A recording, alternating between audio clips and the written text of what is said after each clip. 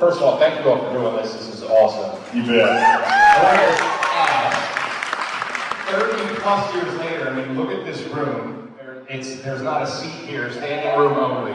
30 plus years later, did you guys, when you did your respective roles, did you have any idea at the lasting impact that not just on your careers, but on pop culture in general that it would have? Someone sitting here.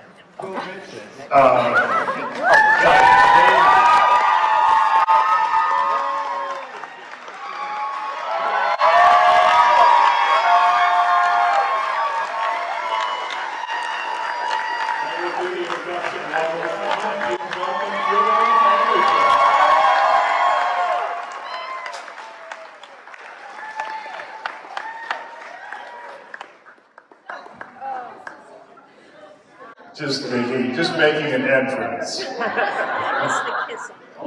your video's not shaking. I know, right? Okay, the question was about if we knew that the show was going to have the impact it had when we started doing it. I think David said at one point, he said this show will last 7 episodes. And he was wrong. Thank God. I don't think any of us really knew what was going to, where it was going to go, how far it was going to go. I didn't even know what an episode was. It didn't. I had no idea. Anyway, sorry. I mean, we're all extremely grateful. I mean, it's like I'm meeting 10-year-olds that are binge watching the show now, and that's like the third generation of fandom. So that gives you a pretty good indication of the legs that it's had. And did we any of us anticipate that? I don't believe so, but we're sure happy about it. And it was a big part. It was a big part of my life. It made my career, and I think it sure helped a lot of us. So I owe a lot too. I love that. Thank you all.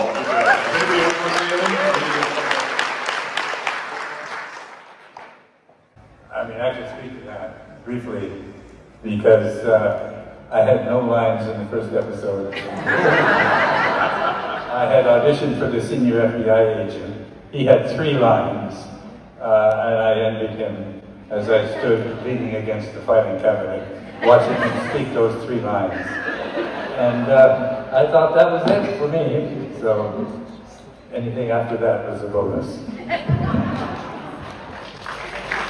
And many times, as I said everything and knew everything. That was a joke. I didn't wish it.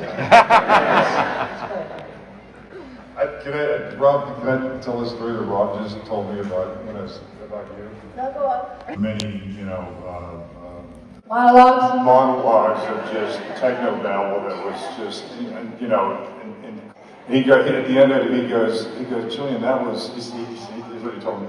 He said, this is Rob Bowman. He said, Gillian, that was amazing. That was just a great take. And she looked at him. She goes, Rob, I have no idea what I just said. Man, she's so good. Next question. Hi, I have a question in general, but particularly for Mr. Robert Patrick. I'm a Doggett fan, a big Doggett fan. So as an actor, you're portraying somebody who is not you. Mr. Patrick, you have been portraying character like really good person like Doggett, or like a mass murderer, like crazy one, like the last rampage. So I wonder how each character affects you as a person. Like, because you're an actor, you're playing somebody who is not you, versus, how does that affect you as a person? Like, I can understand, okay, John Doggett, maybe you can okay, he's a nice guy, but like a crazy mass, serial killer, how is that? How do you balance in your real life versus the actor life? Thank you. Oh, and others can answer if we have insight. Thank you. It doesn't really affect me personally because, you're assuming a whole new character, a whole new identity, and I just sort of show up and do the dialogue. I don't really go that deep. So you don't kill people? I mean, you find that part of you that is applicable to the character, and you go with it. So you don't have to kill somebody to actually pretend to kill people. Right. People. No. I don't want to kill. I don't want to do that. No, I have no desire to do that. But for some reason, I have a face that people like to see me kill people. I'm born with it. I'm stuck with it. I'll go with it. And I have one that I get killed all the time. Okay, next question. Hey guys, how you doing? Inquiring minds want to know, have any of you ever had, this is for everybody, a genuine paranormal experience or extraterrestrial experience? Ever? Or has the show opened your eyes up to maybe see more than that? I was doing a lot of acid back in the 60s.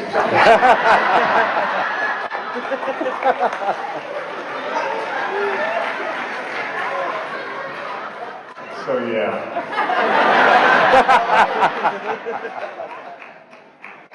I actually have. When I was a little girl, we grew up in a house in the hills, and there was a lot of spooky things that happened. My uncle thought that he saw men walking through walls, and there was a really cold area. If you walk down the hallway, at the bottom, the back of the hallway, it was always very dark, and it felt very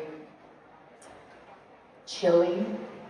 And we found out, we called in the UCLA paranormal experts, and the house was built over an Indian burial ground. Wow. So I think that we disturbed the spirits. Well, we didn't disturb the spirits, the house being built over.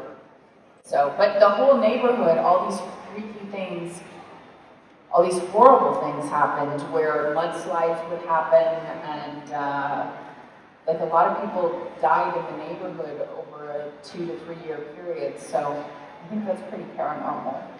Yeah, I had a similar experience actually when we were shooting in Vancouver. There was an apartment that I was renting for the first year, I think, when we were shooting there, and it's where I first took my daughter home to after she'd been born in the hospital in North Vancouver, and the similar experience where, like, I kept seeing things over my shoulder, like every day.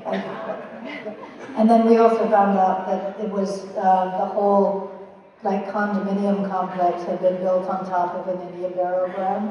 But there was a burial ground where I think they had, there was like not like a plague or something, there was like smallpox outbreak or something, and people had died and then not actually been buried, they were left, yeah, and yeah, so I found that it was really I wonder if your daughter's calming.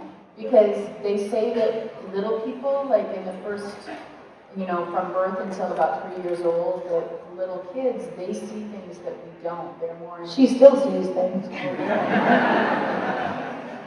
Like that, like there's this guy.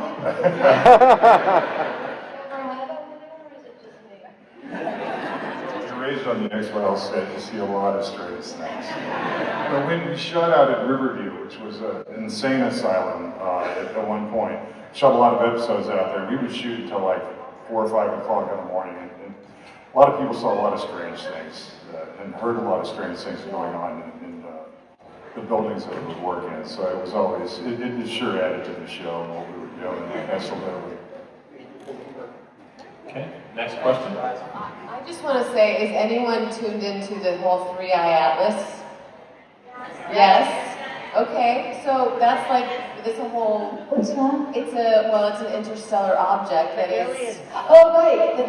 Yes, that is now, it's supposed to, I think, December 12th or something like that. So I'm very attuned to those energies, as Monica Reyes was, I suppose.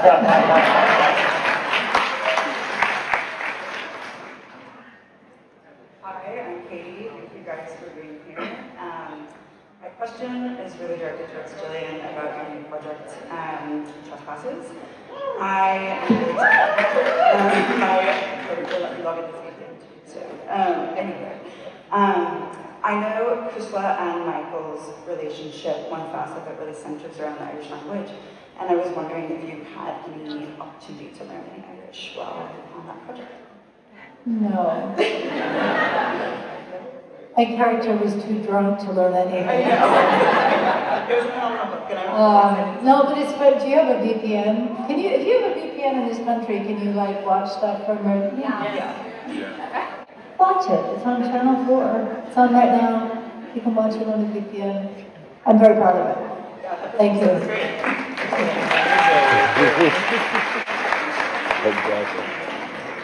Hey all, thank you so much for being here with us this weekend. You all have been a big part of my life since I was a teeny little baby. Obviously. Yeah. Specifically you, Robert, and you, William. So my question to all of you is, over your years, you've worked with many people. Who is the most interesting person you have worked with, and do you have a funny set story about them? What was the last part? Do you have like a funny story about them? Oh. I thought you said something about sex. We all did. She's a little scary, peacemaker guy. I just heard sex. I thought you said who you had sex with. So we're going to go with that. I've had a couple co-stars I wanted to have sex with, if that's the case.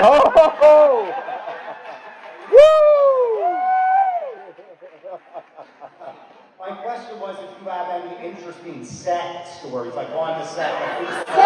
Yes.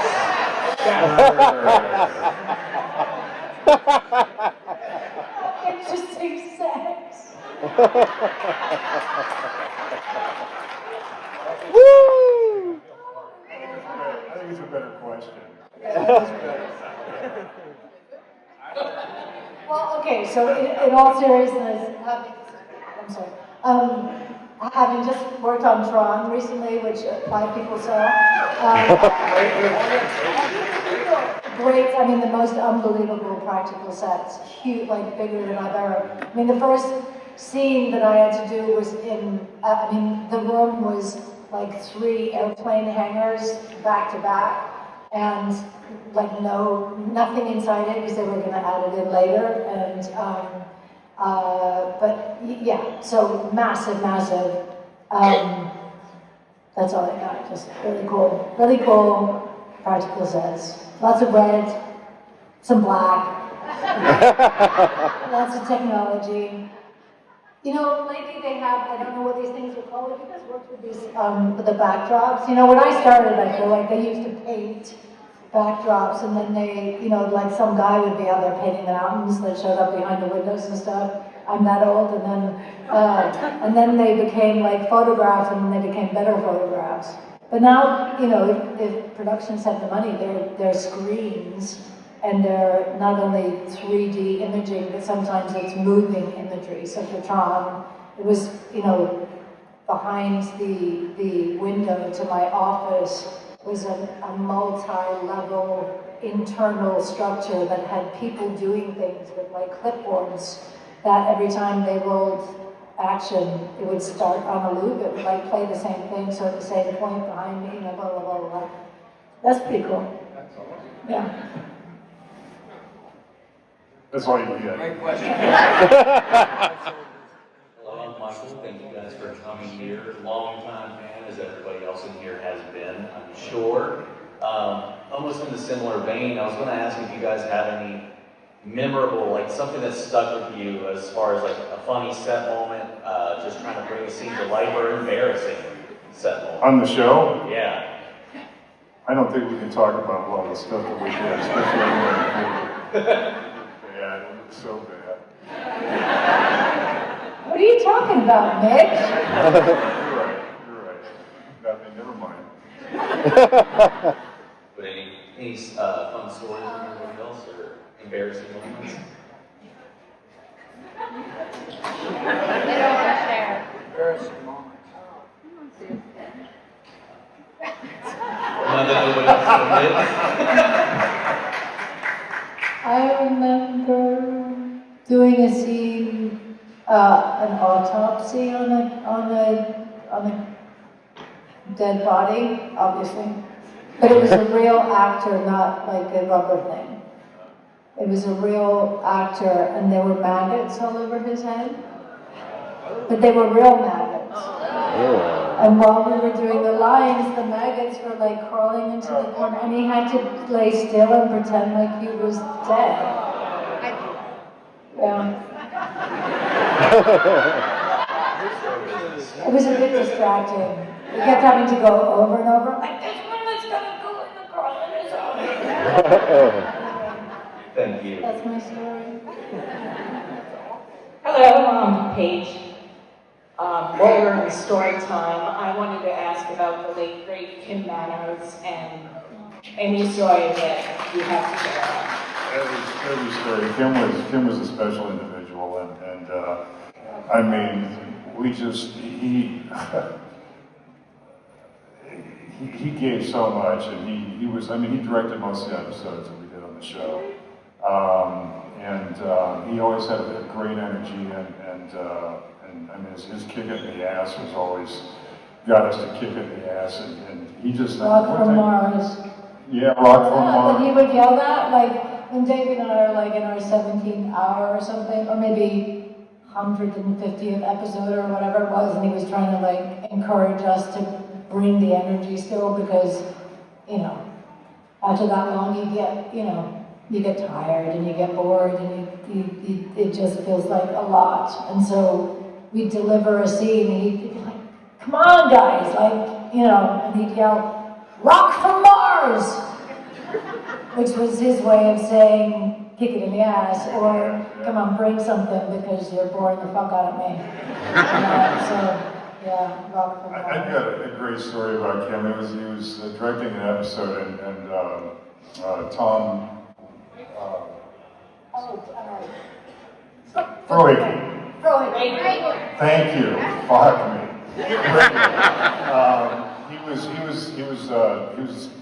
He was first on the episode that we're doing, and there was an actor who was a guest actor on the show, and he didn't have that much to do in the scene, but he was kind of in the background. And he asked Tom, he said, can you ask Kim what he wants me doing back here, you know, or what I should be doing? And so Tom goes up to Kim to ask him, because this guy wants to know what you want him to do. And he goes, and Kim's response was, that doesn't matter, he's just an out of focus piece of shit in the background. And the actor's standing there, and he went, but it was just, that was Kim. Kim was just, he was so ballsy, and so just such a great energy. And I got to work with him again when he was at the end of his life on Supernatural, because he was running the show on Supernatural. And so it's a real blessing for me to be able to see him that last time, and it was well, anyway, it was great. I adored him. Thanks so much. Hi. You're okay. So I was wondering, I mean, the show is 30 years old. I wasn't even alive when it came out. That happened many years later.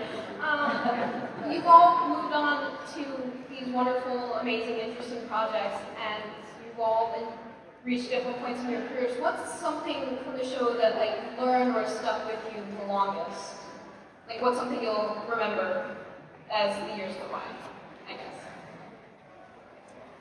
I can speak a little on that, because as an actor, here I am playing a character that everybody thinks is bad and dangerous, and I don't think I'm bad and dangerous.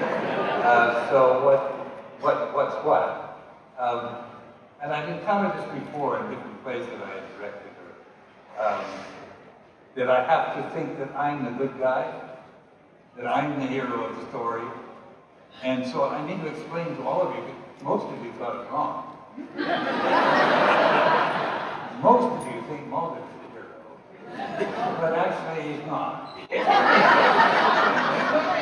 I am.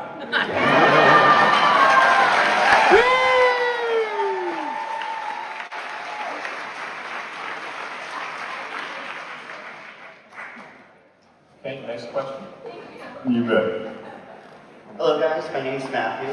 Gillian, I don't know if there's any Whovians in here, but I'm still waiting for you to show up on Doctor Who. My question is for you. So last year, Chris Carter was at a 30th anniversary panel in New York City, and he said that William is not Scully Mulder's son. I'm adopted, so I found that a little hard to accept. Yeah. So I was wondering. Did you say who it was? I was wondering. I mean, I busted my ass for that kid. Are you kidding me? That's why I found it so hard to believe that it wasn't Scully Mulder's son. So I was wondering what your thoughts were on the character arc of William, and if there ever was an extension of that character arc, what would you like to see? Sorry for the deep question. I guess to find out who the father is, maybe? Gillian, considering that I helped deliver him, shouldn't I get a say? Yeah. Their father's next year. Oh, what?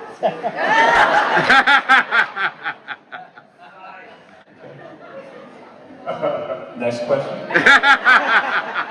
This is Lillian. She's a 10-year-old fan. She wants to know which of you believe in aliens and which don't. I totally do. Sorry? Which of us believe in aliens? No idea. And there's a 10-year-old fan that's binge watching the show right there, so.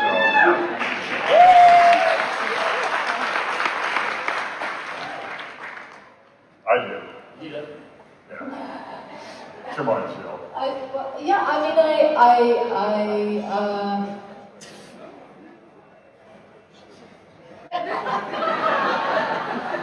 It's a long answer. I don't know if we've got time for it. I mean, just the, of course there have to be. I mean, of course there has to be, right? Yeah. But they might not look like what's carrying you right now. Thank you.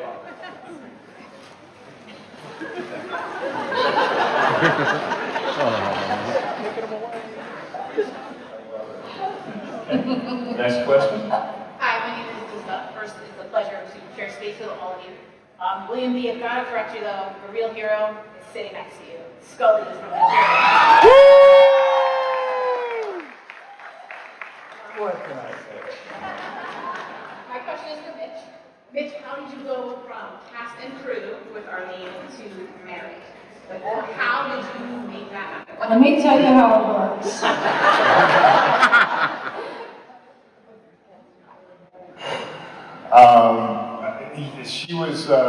She was Gillian's photo double on the show, and I didn't meet her until didn't see her until the third season. She was playing, Chris had asked her to play a waitress in a scene that David and Gillian and I were doing. And I saw her and I was like, she was this little redhead, her hair cut exactly like Jill's. So I saw her and I said to David, who is that? And he goes, that's Arlene. And I was like, it was a thunderbolt thing. I was smitten immediately. And he says I didn't say that. So if I didn't say it, I was thinking it. I said, I'm going to marry her. We got married 8 months later. I don't fuck around.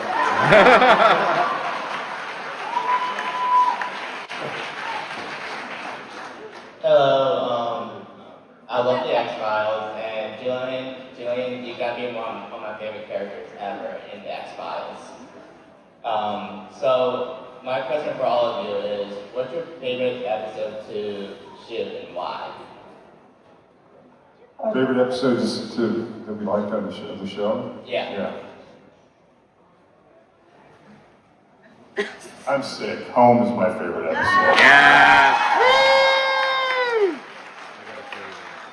I love them driving down in the Cadillac, Johnny Math is playing it. The moment Peter Boyle, I thought that was awful good. There's a lot of them I really like. But these favorite ones are ones that I was in. There was that fun one with the circus. Yes! Humbug! Humbug! That was fun to do with them. is it Rose, something Rose, who did the penis, yeah, Jim Rose, who did the penis acrobatics. Yeah, he took us all into a trailer to show us some, like the hamburger and the flying squirrel. Sounds really sick right now. I mean, it is kind of, but that was his thing. Did you guys know about that? You know about the flying squirrel? For the penis? We actually ended up doing it in the hotel lobby that we stayed at, and he got kicked out of the hotel. I wonder if that's where it all began for me. That was my very first penis of the day. Jim Rose's flying squirrel. Anyway, sorry. I digress. Thank you. Hello. I know this is marketed as a reunion, but how long has it been since all of you have been in a room together? It's been a long time. Yeah. All of us together, this group, it's been a long time. In Florida? Were we in Florida?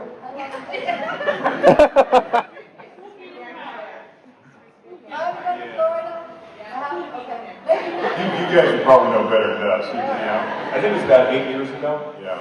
At Spooky Empire. 8 years.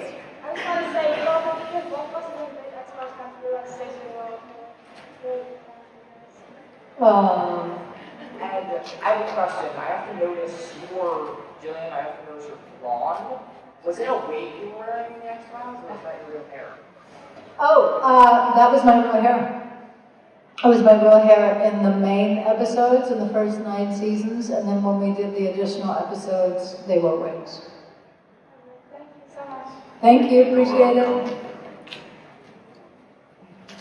Hi, I'm Johanna, and I flew over from Germany just to see you.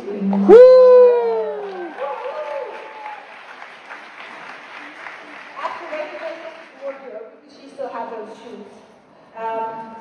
So no pressure, but on behalf of all the Scullys, Multers, aliens in the room, if you feel like to just having a little group picture with all the FBI agents and introducing people afterwards, everyone would be super happy.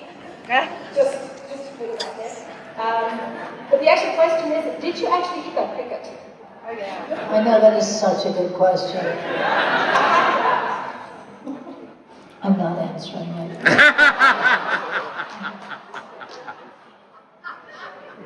I can't actually remember. I don't know what is truth and what is lie. But both are out there. The truth is out there, but so are lies. I've written that so many fucking times today on this.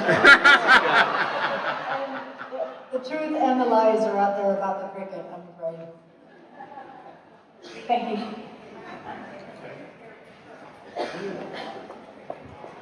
Thank you for all being here today. I'll be really short. So one, Gillian, thank you so much for everything you do for women. Seriously. I'm not asking an X-Files question. I want to know what's on repeat on your playlist. Everyone.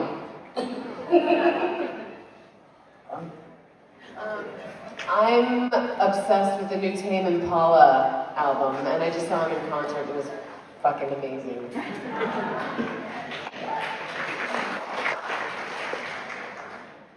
Is that the question? Yeah. What's on your playlist? What do you have on repeat? What's your favorite? Somebody just introduced me to Rosalia. So, anybody know? Yes. I like the Tron soundtrack. I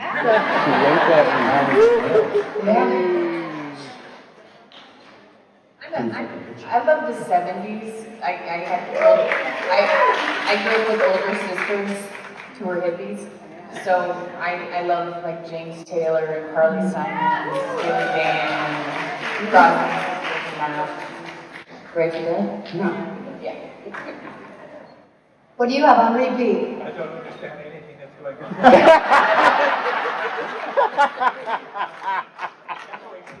It's echoing so much. I'm not hearing the questions, and I'm sure I wouldn't have an answer for the one you just gave. But anyway, I apologize for a little out of it. What music do you like? Mostly classical.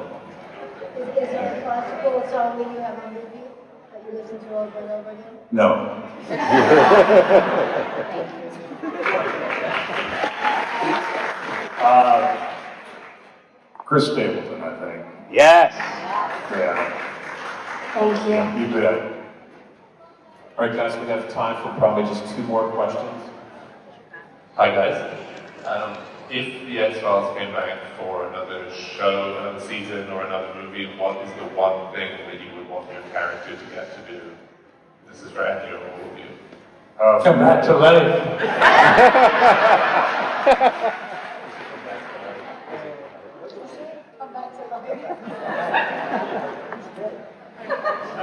Well, they think I'm dead. I mean, they shot me. Then they pushed me into the water. And it was late at night. It was 4 o'clock in the morning, as you may recall. And I think I'm supposed to be dead. But I explained to Chris, I'm not sure he had anticipated this, that really wasn't me, that was a hologram. So I'm actually okay.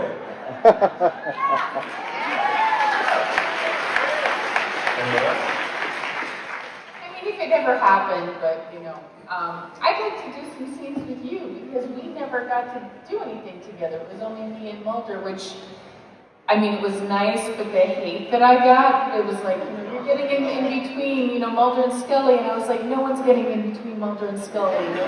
Relax, kids. But it would have been nice to have some stuff with Gillian. So maybe next life. I had to offer to write an episode to get some scenes with Gillian. But he gave me something else instead, apparently. I didn't plan that part. Thanks, guys. You bet. On behalf of my wife, Michelle, my daughter, Carmela, and I know everybody else in this room, just thank you all for being here. I mean, this is amazing. Woo! Thank you for all the work you've done in X-Files and all the work you've done in, you know, every other project you've done in your lives and that you'll continue to do. I just want to let you know. So thank you. And I have to say, like, sometimes I find myself howling around the house doing some projects here and there I'll throw on YouTube, and the music in the X-Files is a nice character too. Once in a while I'll throw on season 1 or 2, just kind of hear it in the background. I know my 5-year-olds, you know, my wife, they, God bless them, they don't get sick of hearing it around the house, but it's actually pretty cool to listen to music. But my question to you guys is, you know, you see today the world the way it is, like how it continues to evolve and how it has evolved over the last 30 years. Some points, you know, have come to kind of fruition a little bit, particularly the alien situation. You know, you talk about that object, you know, and reality and things kind of happening.